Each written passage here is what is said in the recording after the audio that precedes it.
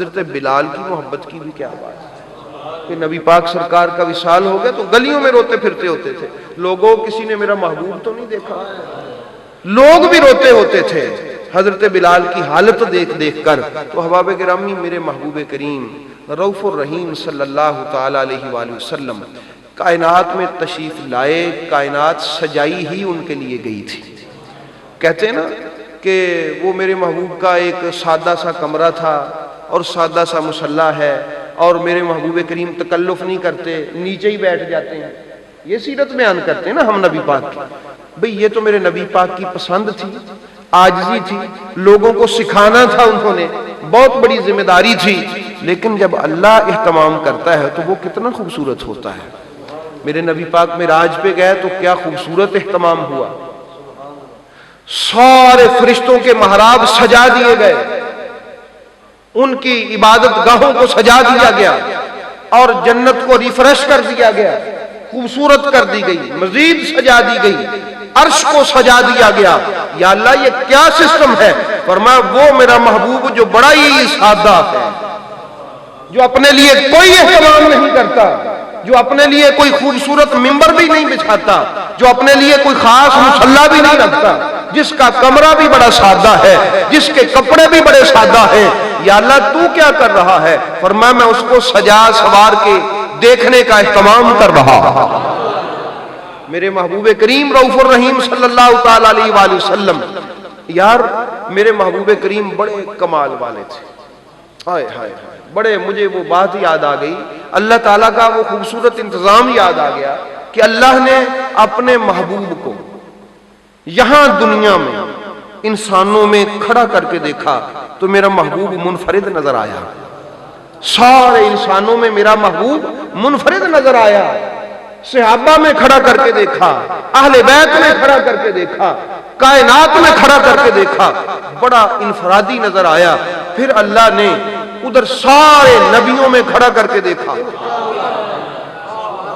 مسجد اقصی میں سارے نبیوں میں کھڑا کر کے دیکھا، اللہ نے فرمایا دیکھو میرا محبوب پھر بھی سب سے الگ ہی نظر آ رہا، نبی بڑی شانوں والے۔ پھر اللہ نے میرے محبوب کو پہلے آسمان کے فرشتوں میں کھڑا کر کے دیکھا، ہاں کیا خوبصورت انتظام ہے۔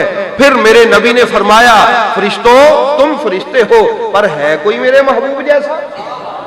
پھر اللہ نے اپنے محبوب کو دوسرے، تیسرے، چھٹے، ساتویں سدرۃ المنتہا مالا الاعلیٰ میں کھڑا کر کے دیکھا، بڑے بڑے عظیم و شان فرشتوں کو وہاں پر ساتھ میں کھڑے کر کے دیکھا، وہاں بھی میرا محبوب الگ ہی نظر آیا۔ اللہ نے فرمایا میری کائنات کے، اے کائنات میں رہنے والوں فرشتوں تم بھی نوری ہو، ذرا اس کا نور دیکھو، الگ ہی نہیں دکھائی دے رہا؟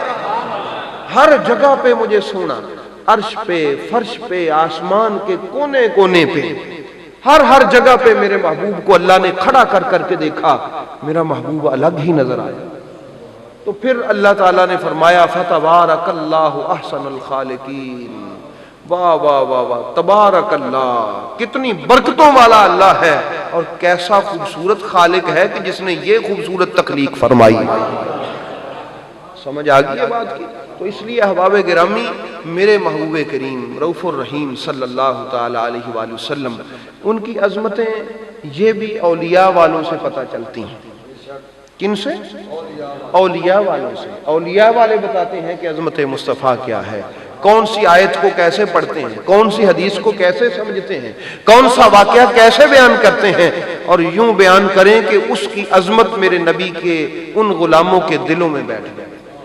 تو یہی سیرت کا واقعہ ہونا چاہیے نا، انداز بھی یہی ہونا چاہیے۔ اور یہ جو محافل ہوتی ہیں ان کا مقصد بھی یہ ہے کہ ہم اپنی ان نسلوں کو میرے نبی کی عظمتیں سنائیں، تاکہ یہ جو نسلیں ہیں یہ عظمت مصطفیٰ کی دولت سینے میں لے کے بڑی ہوں اور آگے بڑھے، ان کو پتہ چلے کہ ہمارے نبی کی عظمت کیا ہے۔ اور کافر اور یہودی فقط اسی بات سے ڈرتا ہے۔ علامہ اقبال نے یہی تو کہا تھا کہ یہ فاقہ موت سے ڈرتا نہیں ذرا، روح محمد اس کے بدن سے نکال دے، کہ یہ بھوک بھی برداشت کر لے گا، موت سے بھی یہ نہیں ڈرتا۔ اگر اس کو بھوک اور موت سے ڈرانا ہے تو فقط ایک ہی ذریعہ ہے کہ عشق مصطفیٰ اس کے دل سے نکال دے۔ اور وہ عشق مصطفیٰ کیسے نکلتا ہے؟ وہ ایسے ہی تو نکلتا ہے کہ نبی آئے تھے، نبی چلے گئے، نبی ہے ہی نہیں ہے، نبی فوت ہو گئے۔ آپ کو پتہ ہے آج عیسائی کیسے رنگ رنگ کے سوال کر رہے ہیں؟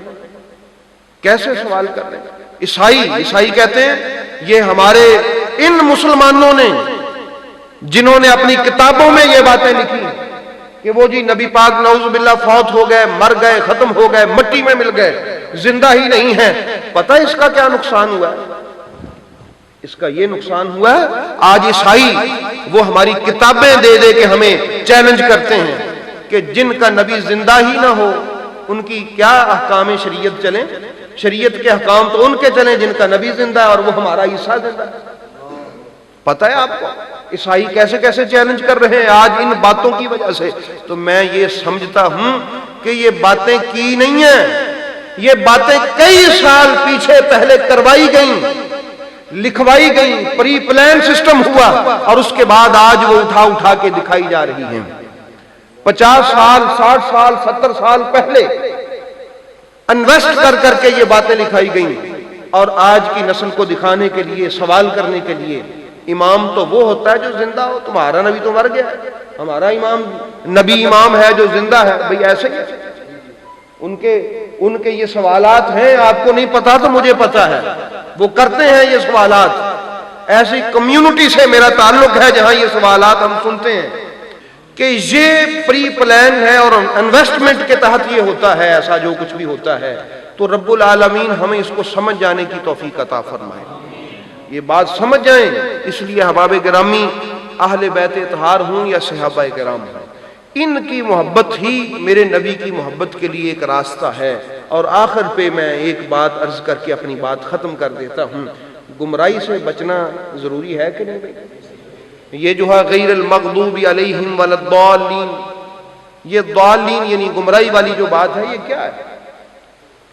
گمراہی سے بچنا چاہتے ہیں؟ میرے نبی پاک نے فرمایا تھا، سنو انی تارک فیکم مستقلین، اولہم کتاب اللہ وثانیہما اہل بیت اطرتی ما ان تمسکتم بہما لن تضلوا بعدی ابدا۔ میں یہ دو چھوڑ کے جا رہا ہوں تمہیں گمراہی سے بچانے کے لیے۔ میں تمہیں محمد گارنٹی دیتا ہے، لن تضلوا بعدی ابدا، تم میرے بعد ہرگز کبھی گمراہ نہیں ہوگے اگر ان کا دامن پکڑ لیا تو احباب گرامی، گمراہی سے بچنے کا یہی ایک خوبصورت ذریعہ ہے کہ اہل بیت کا دامن اور قرآن کا دامن تھام لیا جائے۔ ہمارے بزرگوں نے تھاما ہے یہ۔ امام شافعی کو دیکھ لیں، امام ابو حنیفہ کو دیکھ لیں، امام مالک کو دیکھ لیں، یہ ہمارے بزرگ ہیں، انہوں نے قرآن اور اہل بیت کا دامن تھامے رکھا۔ اللہ ہمیں بھی اس گمراہی سے محفوظ فرما لے، اور گمراہی سے بچے گا وہی جو نبی کے بتائے کے راستے پہ چلے گا۔